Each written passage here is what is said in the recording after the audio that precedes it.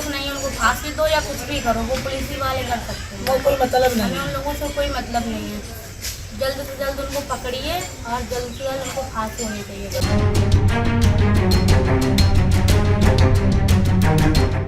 उत्तर प्रदेश के कासगंज में एक दिल दहला देने वाली वारदात सामने आई है। यहाँ 9 बच्चों की मां रीना ने अपने प्रेमी हनीफ के साथ मिलकर पति रतिराम की बेरहमी से हत्या कर दी। रतिराम रीना और हनीफ के बीच प्रेम संबंधों में बाधा बन रहे थे, इसलिए रीना और हनीफ ने उन्हें रास्ते से हटाने के लिए यह कदम उठाया। 18 जून से रतिराम लापता थे और 22 जून को पटियाली के भरगैन कस्बे में ट्यूबवेल की एक हौज में उनकी सड़ी गली लाश मिली थी। रतिराम की लाश बरामद होने के बाद घर में कोहराम मच गया। उधर हत्या के बाद दोनों आरोपी फरार हो गए और बार बार लोकेशन बदल रहे थे। रतिराम के भाई अरविंद ने भाभी रीना और उसके प्रेमी हनीफ के खिलाफ मुकदमा दर्ज कराया। पुलिस ने एसओजी और सर्विलांस टीम की मदद से दरियावगंज से उन्हें गिरफ्तार कर लिया। पूछताछ में जुर्म कबूलने के बाद दोनों की निशानदेही पर हत्या में इस्तेमाल किया गया हथियार भी बरामद कर लिया गया है।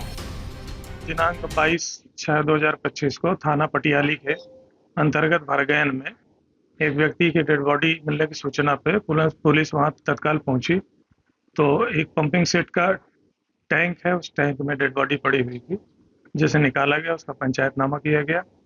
अब मृतक के परिजन आ गए थे, उन्होंने तहरीर दी।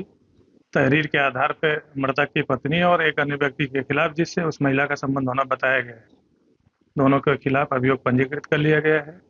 शव को पोस्टमार्टम के लिए भेज दिया गया था। पोस्टमार्टम पश्चात अग्रिम कार्रवाई की जाएगी। रतिराम फर्रुखाबाद के कायमगंज थाना क्षेत्र के उलियारपुर गांव के रहने वाले थे। वो 5 साल पहले अपने परिवार को लेकर कासगंज चले आए। यहाँ के भरगैन गांव में जहाँ पत्नी रीना का मायका है, वहीं पर एक ईंट भट्टे पर काम करने लगे। उनके 9 बच्चे हैं और 3 बेटियों की शादी भी हो चुकी है। उधर हनीफ भी इसी ईंट भट्टे पर ठेकेदारी का काम करता था। यहीं पर रीना और हनीफ के संबंध बन गए। दोनों के बीच संबंध की जानकारी होने पर अक्सर रीना और रतिराम के बीच मारपीट होने लगी, जिसके बाद हनीफ और रीना ने रतिराम को रास्ते से हटाने की साजिश रची। पुलिस से मिली जानकारी के मुताबिक रतिराम की बेहद बेरहमी से हत्या की गई है।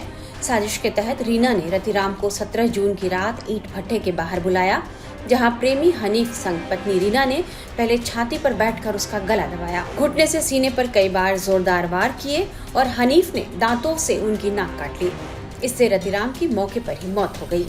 रतिराम को मौत के घाट उतारने के बाद दोनों ने उनके शव को ट्यूबवेल की हौज में फेंक दिया और मौके से फरार हो गए। रीना की भाभी का आरोप है कि रतिराम को मारने की साजिश पहले से ही चल रही थी।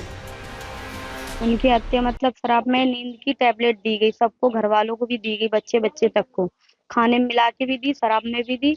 और इसके बाद जब वो मतलब नींद में हो गए तो उनको घसीट के मतलब ले गया वहां से। तो खेत में जहाँ से लेके गया, वहां पे खेत में सब मका का जो थी वो ऐसी ही पड़ी थी, बिखरी हुई।